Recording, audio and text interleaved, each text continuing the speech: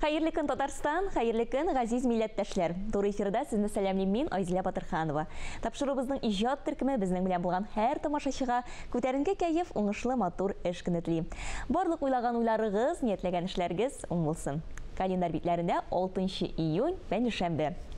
Бүген бөек рус шагыйре Александр Пушкин туган көн. Быел бөек шагыйребез тууына 225 ел. Шагыйрьнең бай әдәби мирасын төрле яшьтәге, милләттәге, диндәге халыклар бердәй ихтирам итә, ярата, өйрәнә. Аның шигырьләре дөньяның дистәләгән теленә тәрҗемә ителгән. Әйдәгез, шагыйрьнең туган көнендә, шулай ук халыкара рус теле көнендә аның танылган бер шигырен тыңлыйк. Яшел имән диңгез култыгында, алтын шылбыр аңа бәйләнгән. Зирәк мәше имән тирәсендә, шылбыр белән көн-төн әйләнә. Уңга бара мәше җырлар җырлый, әкият сөйли барып сул якка. Анда гаҗәп шүрәлеләр йөри. Су кызыкае утыра ботакта, күз күрмәгән йырткыч эзләре бар. Һич кем белми торган юлларда. Тавык тәпиендә торган йортлар, ишек тәрәзәсез баранда.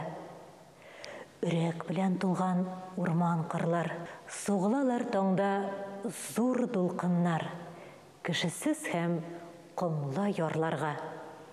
Судан чыга шунда шират белән 30 батыр, бергә алар белән диңгездәге агалары да. Узган чакта король уланда әсир итә явыз патшаны. Сихерчесе халык күз алдында. Урманнарны кишеп һәм кырны, болытларда очыра батырна. Патша кызы кибә зинданында, хезмәт итә бүре аңа шунда. Анда йөри убырлы карчык, килесенә атланып. Алтын саклап кибә Кощей патша, руслык рухы, Русь исе бар анда. Мин дә булдым, бал иштем анда, яшел имән күрдем ярда. Зирәк мәше һаман шунда иде. Әкиятләрен миңа ул сөйләде. Һәр барчагызга хәерле матур көн теләп тапшырыбызны дәвам итәбез. Россиядә игълан ителгән гаилә елында без сезне төрле милләтләрнең гаилә гореф-гадәтләре белән таныштырырбыз. Бүгенге чыгарылышта без Казак гаиләсендә кунакта булырбыз.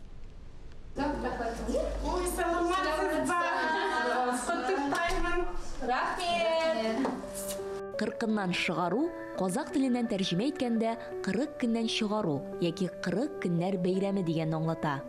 Аңа кадәр бала 2 дөнья арасында дип санала. 40-нан чыгарганда аңа җан керә, хис тарту һәм бу дөньяга яраклашу тәмамлана. Бала гаиләнең, җәмгыятьнең тулы хукуклы әгъзасы була. 40-нан чыгару баланың икенче тууы дип аңлаталар. Бүген без Арман исемле кызчыкның 40-нан чыгару бәйрәменә җыелдык. Салтанат, аның кендек әбисе, безне бәйрәмнең асылы белән таныштырды. Осы ыдыска Казак елінде 7 күміс. 7. Менә бу кәсәгә барлык көмеш бизәнү әйберләрен салабыз. Бұл баланы шомылдыруга таза су. Алар җидәү. Бу пыяла савытка җылымсыз су салабыз. Бу йолада катнашучы хатын-кызлар чиратлап кәсәгә 40 кашык су җыялар. Шул ук вакытта яхшы теләкләр телиләр. Баланы юындырганда уңай теләкләр белән тулланган кәсәдән су сибәләр. Сол су куйган суды шомылдырамыз баланы.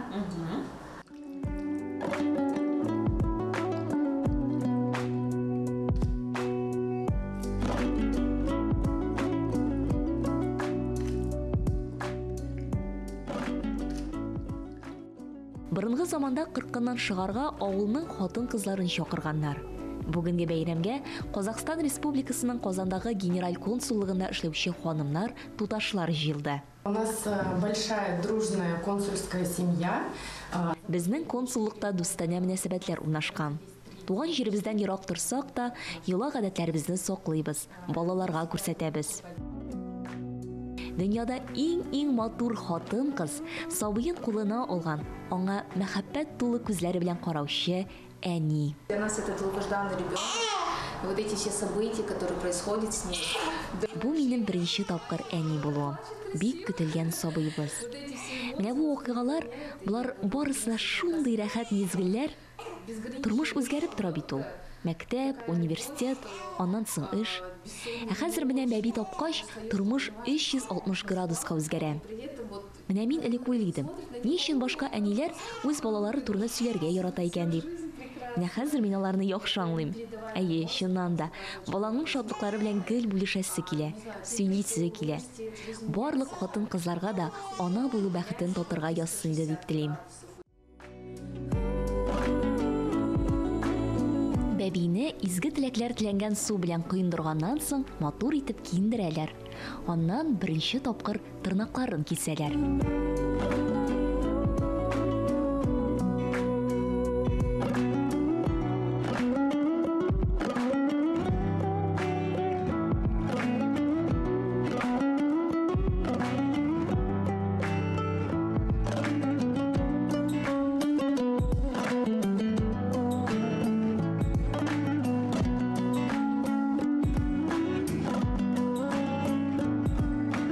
Киселгән тырнак һәм чәчләрне матур савытка салып куялар һәм кеше күзе күренмәс җиргә алып куялар.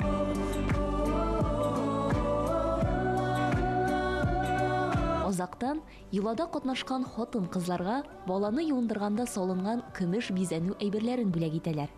Ә хатын-кызлар бәбигә бүләкләр тапшыралар. Хәзер без сезне җыр дәресенә чакырабыз.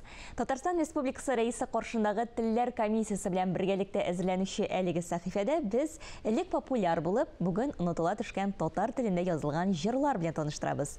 Бүгенге дәрес Галимҗан Латыйп шигыре Исмай Шәмсетдинов көенә язылган күңелле бала чак җырына багышлана.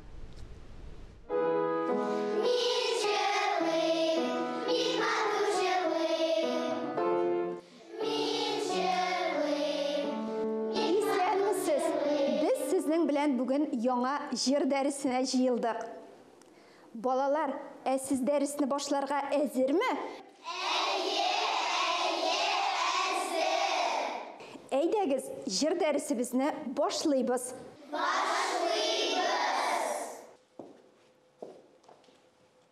Укучылар, без бүген сезнең белән бик матур җыр өйрәнәбез. Аның сүзләрен Галимҗан Латыйп язган, кейін Исмай Шәмсетдинов.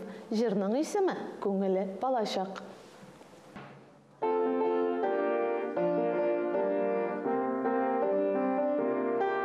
Танылган композитор Исмай Шәмсетдинов балалар өчен җырлар язудан тыш инструменталь әсәрләр иҗат итә.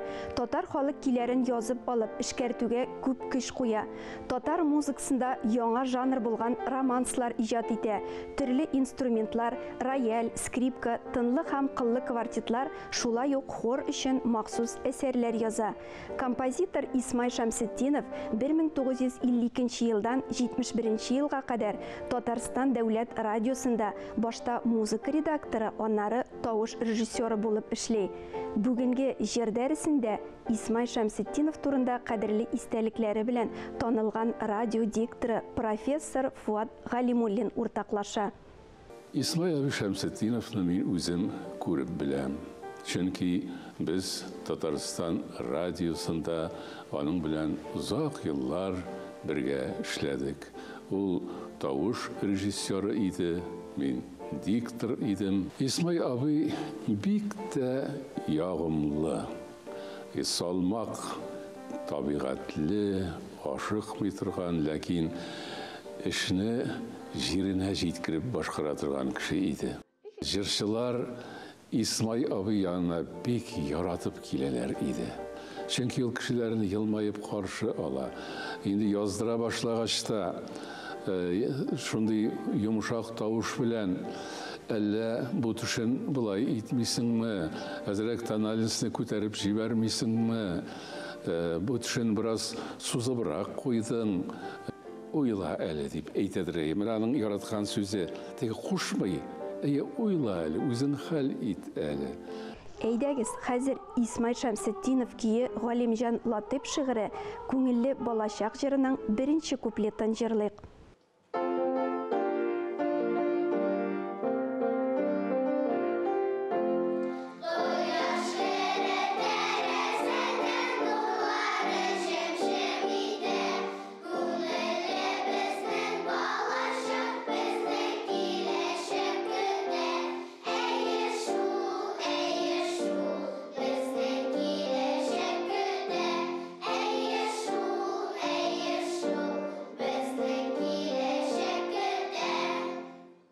İkinci kupletni öğrenəbiz.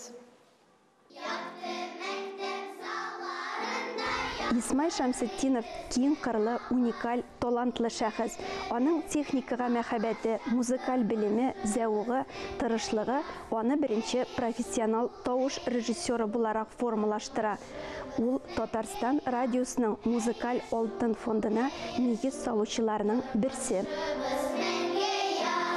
Яқты мәктәп залларында яңгырый безнең аваз, күңелле безнең балачак, тормышыбыз мәңге яз. Әйе шул, тормышыбыз мәңге яз. Исмай ага радиога килгәнче, сәнгатькә килгәнче, шактый урау юллар үтә. Ул Пермь крайында анда бер Сиров дигән шәһәр бар. Менә шул кичкенә генә шәһәрдә туган ул үзен инде сәнгатькә багышларга уйлый һәм Казан музыка училищесына укырга керә. Менә аның бәхетенә Юрий Виноградов дигән бездә зур музыка белгече яшәде, эшләде, композиция буенча аңарда укый ул. Бөек Ватан сугышы башлангач, башыннан ахырына кадәр фронтта була. Нәҗип ага Җиһанов 1944 елда Совет хакимияте Казанда консерватория ача бит. Аны кудалап, чөнки синең инде музыкаль белемең бар. Син менә Юрий Виноградовта композицияны өйрәнгәнсең, сиңа алга табада укырга кирәк, зур композитор булырга кирәк дип консерваториягә чакыра һәм ул анда эшли. Аннан соң инде турыдан-туры радиога җибәрәләр. Исмай абый ул безнең музыкаль культурабызны үстерүдә искиткеч зур өлеш керткән кеше. Әйдәгез, күңелле балачак җырының икенче куплеттан җырлыйбыз.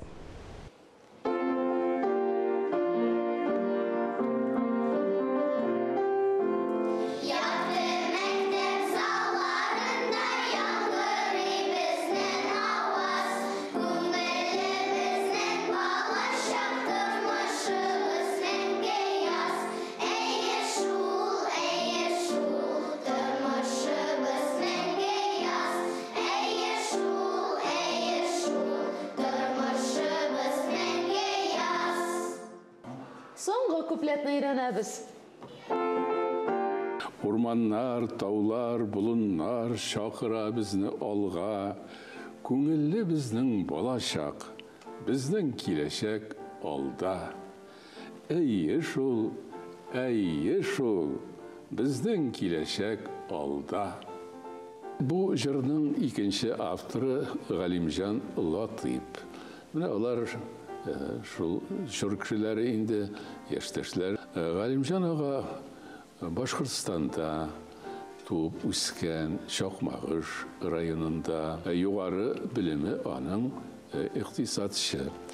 Ләкин ул инде яшьтән үк шигырьләр язарга кирешкән, радиокомитетта әдәби тапшырулар редакциясендә дә эшли, нәшриятта да эшли. Балалар өчен яратып иҗат итә ул. Шигырьләре самими, матур.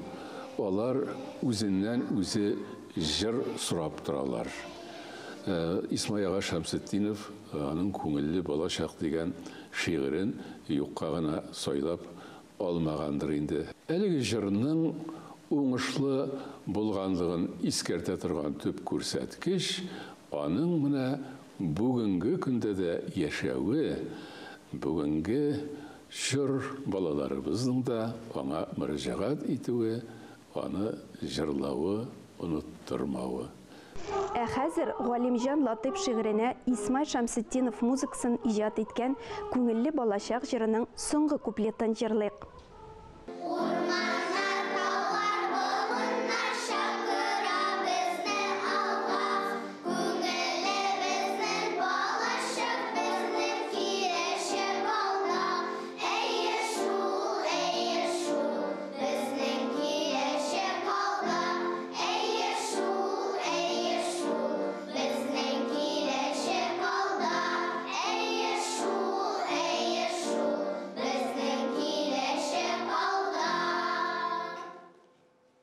Балалар үшін жазылған жырлар көбісі ұнытылып келе. Шуларны ұнытылмас үшін енді біз аларны жырларға тырышабыз. Қазір бит енді біздің жырлап бию бик актуалды бетерге мүмкін енді. Шул себептен жырға яңа сулыш беріп, аларны біз біраз әзір хәрәкәтләрдә ясарга тырышабыз. Исмай Шәмсетдинов, мәсәлән, бу жыр, ул бит бик җиңел, ул тиз өйрәнелә. Без 1960 елларда Исмай Шәмсетдинов музыкасы Галимҗан Латыйп шигыренә язылган күңелле балачак җыры белән таныштык. Бу ике авторның иҗади дуслыгы дәвамлы була. Аларның Шәйкала иген кырлары җырын һәр бала өйрәнеп үсте. Ә хәзер бүген өйрәнгән күңелле балачак җырын бергәләп җырлыйк.